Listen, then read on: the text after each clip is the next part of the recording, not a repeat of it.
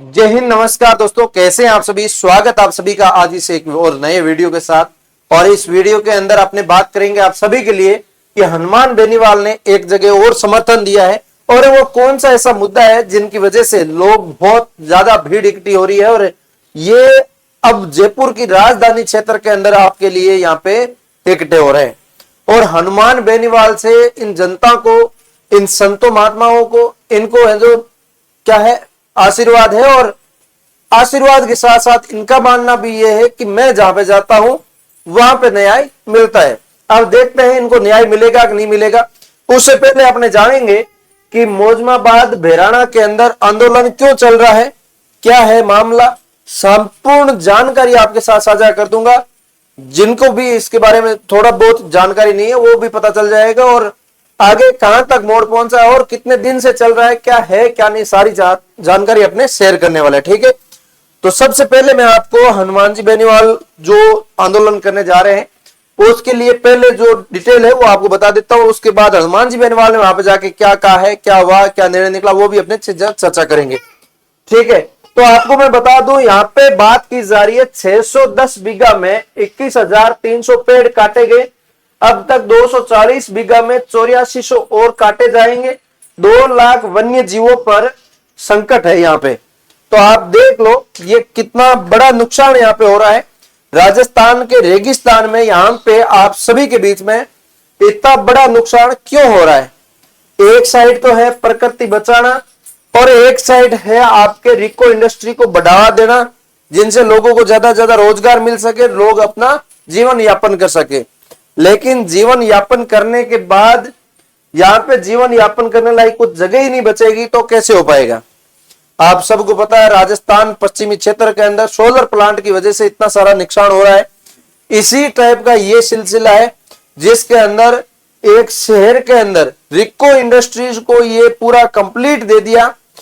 जो रिको के अंदर सबको पता है कि वहां पे सब कुछ फैक्ट्रियां होती है, सब कुछ वहां पे कारखाने होते हैं, वो अलग अलग प्रोडक्ट तैयार करते हैं, वहां पे प्रदूषण होता है, धुआं होता है, सब कुछ होता है। ठीक है, तो यहाँ पे जो बेराना क्षेत्र है यहाँ पे एक महाराज का जो स्थान है, वहां के संत महात्माओं ने भी इस आवाज को उठाया है और जनता को साथ लेके उठाया है कि यहाँ की जमीन, यहाँ के क्षेत्र को बचाया जाए ताकि यहाँ की जो कल्चर है जीवित बच सके और यहाँ के जीव जंतु है जो जीवित बच सके। तो ये जगह है जो सारो मामलो सामने आ गयो।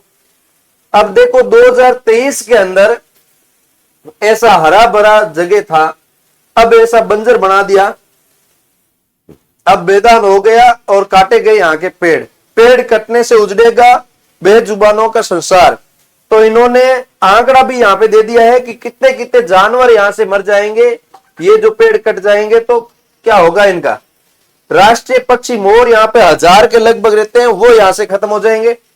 तितलियां विभिन्न प्रकार की रहती है जो 1 लाख से ज्यादा है, वो यहाँ की खत्म हो जाएगी। मधुमक्खियां यहाँ पे 80,000 से ज्यादा छत्ते बताए जा रहे हैं, वो पूरे खत्म हो जाएंगे। गौरैया जो पक्षी होती है च्यू च्यू च्यू च्यू घरों में करती रहती है, वो वाली पक्षी और अन्य पक्षी जो 10,000 से ज्यादा यहाँ पे रहते हैं वो खत्म हो जाएंगे इस पेड़ का जंगल कटने से। और खरगोश, भेड़िया, अन्य 2800 जानवर ऐसे हैं जो खत्म हो जाएंगे यहाँ से। इसके अलावा सरीसृप, सांप, कछुए, गिरगिट, ये मतलब किल्डो वगैरह किया गया मारवाड़ी जगह वह 3500 के लगभग है। ए सारा आठों खत्म हो जाएगा। ए खत्म होने के नुकसान और जनता नहीं भुगतना पड़ेगा। 1-200 जानवर किसी के मारन लाग रहे हैं तो वो प्रकृति नियम कुछ बनाए हुए तो भी ले भी बनाए हुए जगह प्रकृति सही ढंग चाल सके। ठीक है, तो आप इन्हें को नहीं कह सको कि ए जानवर ठीक को नहीं, सांप सही को नहीं, घरा माजे वो जो ना। जंगल के अंदर सांप होना जरूरी है, जैसे ही पक्षी होना जरूरी है, बाकी प्रजातियां हर प्रजाति होना जरूरी है और किसी प्रजाति को लुप्त करना ठीक बात नहीं है। ठीक है, अब मैं बात करूं यहाँ पे तो आपके 610 बीघा जो जमीन है गवर्नमेंट की जमीन है यहाँ पे, और जो पूरी गवर्नमेंट की और ही जमीन ही भी जमीन है जो को सरकार आप अंडर में ले गए। और सरकार है जो को बीच के रिको इंडस्ट्रीज है जो जारी कर दिया कि यहाँ पे आप फैक्ट्रियां खोल सकते हो और यहां से आप अपना डेवलप चला सकते हो। जैसे अलवर भिवाड़ी के अंदर फैक्ट्रियां हैं वहां पे, उस टाइप से इस क्षेत्र को आप बना सकते हो। भाई क्षेत्र में फायदो है, मैं बताऊं सब कुछ फायदो है, लेकिन आ सारो काटिया बहुत बड़ो नुकसान है। तो ये वास्ते सारी एक जगह नहीं बना, थोड़ी थोड़ी जगहों है जो सेट करे और भी साबू करे तो कुछ पॉसिबल हो सके, नहीं तो पूरे टाइप को पूरे एक क्षेत्र में रेगिस्तान बना देगा तो बहुत गलत बात है। ठीक है, तो ये यहाँ के जो क्षेत्र के लोग हैं वो इस समर्थन नहीं करते कि हमारे यहाँ पे मत बनाओ, आप कोई जरूरी नहीं हमें रोजगार की, हम यहाँ पे रिको नहीं आने देंगे, यहाँ पे आपके पेड़ नहीं कटने देंगे हम तो।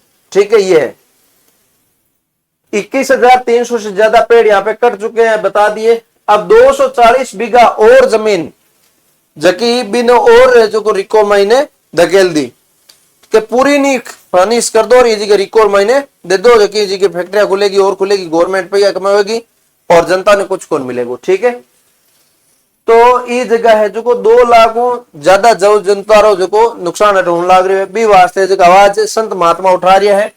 और इस जगह में बात करूं तो बिचून क्षेत्र में प्रभावित रिको परियोजना में विरोध में बेराना धाम के संतों ने हटियोग लगाकर तेज होता जा रहा है और यहाँ पे 850 बीघा क्षेत्र में विकसित किए जा रहे हैं प्रोजेक्ट के खिलाफ संतों का कहना है पर्यावरण की अनदेखी करे बड़े पैमाने पर पेड़ों की कटाई की जा रही है।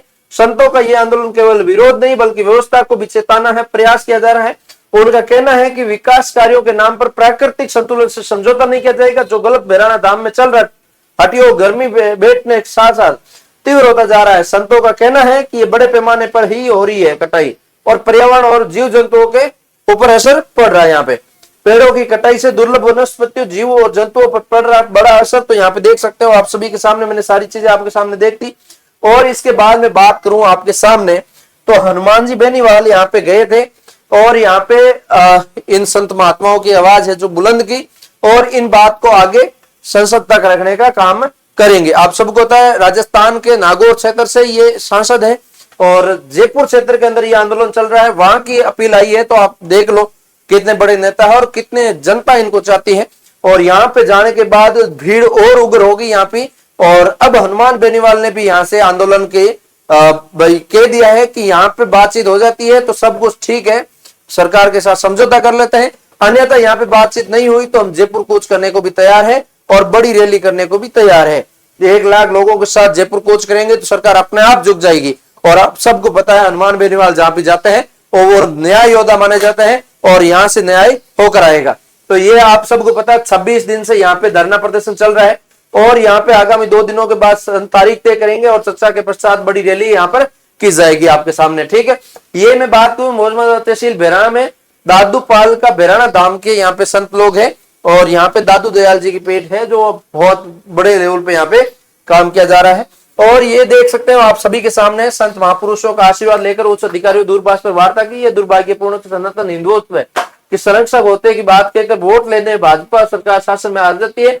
हनुमान बेनीवाल ने भाजपा सरकार को टारगेट करते हुए झंझारलाल को बात कही और कहा कि आप यहाँ पे ध्यान क्यों नहीं दे रहे, भूमाफियाओं को ये जमीन कब्जा दी और यहाँ पे लोग अवैध खनन मतलब अवैध तरीके से पेड़ काट रहे हैं और यहाँ पे रिको के लिए काम कर रहे हैं। तो यहाँ पे कई जगह सरकार की घोषणा बावजूद भी रिको विकसित नहीं हुआ और कई स्थानों पर सत्ता के संरक्षण में भूमाफियाओं को आवंटित रिको में कब्जे कर लिए और राष्ट्रीय लोकतंत्र पार्टी इस आंदोलन के साथ खड़ी है। आगामी 2 दिन के बाद ये जानकारी इन्होंने दे दी है। ठीक है, अब इसके बाद न्यूज चैनलों ने न्यूज अखबारों ने अलग अलग टाइप से छापना शुरू किया। यहाँ पे आपके सामने बिचून रिको के विरोध में धरना 26वें दिन भी जारी रहा जिसके अंदर बेराना धाम आंदोलन को बेनीवाल का समर्थन मिल चुका है। और इसके बाद मैं बात करूं फुल्लर और विधायक भी साथ में यहाँ पे आए थे और यहाँ पे बेराना धाम में बेनीवाल का स्वागत संतों से लिया आशीर्वाद और आंदोलन दिया समर्थन। सांसद बेनीवाल बोले आस्था के साथ किसी भी तरह का खिलवाड़ बर्दाश्त नहीं है और यहाँ पे ये जानकारी ये इन्होंने रखी है और ये यहाँ पे भीड़ भी बहुत ज्यादा तादाद में देखने को यहाँ पे मिली है। ठीक है, ये सारी चीजें यहाँ पे हुई है और अब इसके अंदर आगे क्या निर्णय आता है क्या नहीं आता वो आगे का समय बताएगा। अब देखते हैं हनुमान बेनीवाल के सोशल मीडिया के माध्यम से आपको पता चल जाएगा। और बाकी मैं आप सभी के सामने शेयर करता रहूंगा हर एक जानकारी की क्या होता है क्या नहीं होता, आगामी बड़ी रैली होती है या नहीं होती है, या पहले से ही संतुष्टि मिल जाती है इनको और ये जो आपका सुलझाड़ा यहाँ पे हो जाता है। मुझे उम्मीद है कि यहाँ पे न्याय होता चला गया है तो यहाँ पे सुलझाड़ा होना पूरा तय है और यहाँ पे निर्णय होना पूरा तय है और यहाँ पे जो न्याय है मिलना पूरा तय है। ठीक है, तो उम्मीद करता हूं आप सभी के बीच में सारी चीजें मैंने शेयर की और ऐसी जानकारी आप सभी की लाता रहता हूं। आप फेसबुक पे देख रहे हैं, फॉलो कर लीजिए, यूट्यूब पे देख रहे हैं, सब्सक्राइब कर लीजिए। मिलूंगा किसी नए सेशन के साथ, तब तक के लिए जय हिंद, जय भारत।